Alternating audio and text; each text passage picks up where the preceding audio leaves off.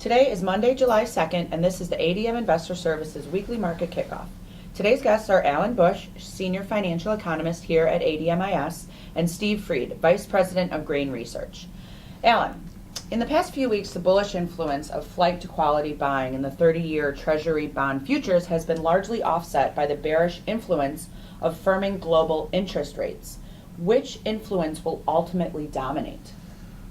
Well, it's true that there are these offsetting influences right now, and the trade has been sideways in the futures. But I think eventually we will see these trade issues resolved to one degree or another, leaving us with the still bearish influence of a rising global interest rate environment. So I think that there will be breakouts to the downside in the credit futures markets, probably led by the long end, the 30-year bonds. So this market is still in a bear market longer term, and this is probably a trend that will last well into next year.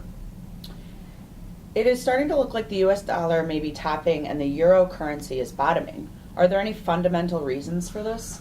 Well, actually there are. First of all, let me start with a technical reason. It was not that long ago that the dollar index had a one-day reversal on the chart to the downside. But from a fundamental point of view, it's starting to look like short-term interest rates in the Eurozone are likely to firm up a little bit. For example, we have bank lending in the Eurozone increasing. Money supply growth is also expanding.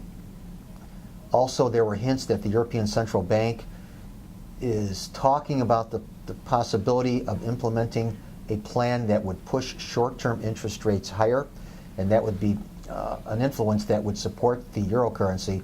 So it does look like the dollar may be topping in here, and the euro currency appears to be making a bottom. And on Thursday, it was reported that the U.S. gross domestic product expanded at an annual rate of 2% in the first quarter, which was weaker than the forecast of a 2.2% rate. Why did stock index futures rally after this report was released? Obviously, it appears that the indices are looking ahead to something more bullish.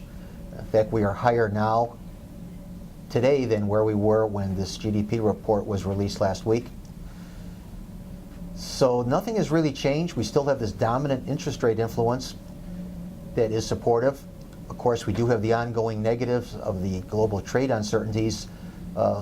So it does appear that once we have a better tone to the trade situation and there are some resolutions to these issues, it'll be the low interest rate environment, and still low interest rate environment in spite of 7 rate hikes from the Fed, that takes the indices higher. So some trouble in the near term with the trade issues, but longer term, low rates remain supportive to the stock index futures. Great. And Steve, what's the latest on the U.S. tariffs on China? Well, right now the deadline is July 6th, and so if it comes without any negotiations to try to at least delay the implications of the tariffs, it looks like the U.S. will put tariffs on China, and China will retaliate with equal tariffs, and most of those will be on soybeans. So the soybean market has crashed in the month of June, and that's hurt prices. What does it mean that the USDA will factor China and Mexico tariffs into their July global supply and demand report if tariffs take effect? On Friday, this was kind of a surprise announcement by the chief economist of the USDA, because number one, there's just a lot of variables that could affect, because of the tariffs, demand for U.S. soybeans by China, even the demand for U.S. corn by Mexico. Probably what it'll mean is it'll be bearish, because they might take U.S. bean exports down and raise Brazil to China and take U.S. corn exports to Mexico down.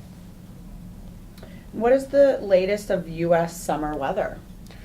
Well, right now it's kind of a mixture of warm, humid conditions and some rain. So crop conditions are still some of the highest we've seen in the last 20 years. I think this last weekend heat, the corn crop went through it okay. The ridge comes back later this week, but there's going to be a mixture over the next 2 weeks of some off and on showers and some heat, and then backing off of temperatures. So if you're a corn and soybean plant, except for maybe places where it's too wet, the conditions are still favorable. And wheat really rallied on Friday. Why was that? There was a surprise report out that the French wheat crop is lower than people had anticipated. So this plus the lower Russian crop rallied the wheat market. And so, I mean, it's offering some support, but all the market's main feature right now is the tariffs and what impact the trade wars are going to have.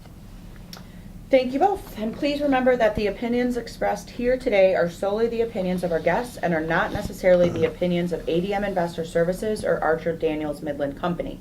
If you have any questions or comments or would like to know more about our services, please contact us at www.admis.com.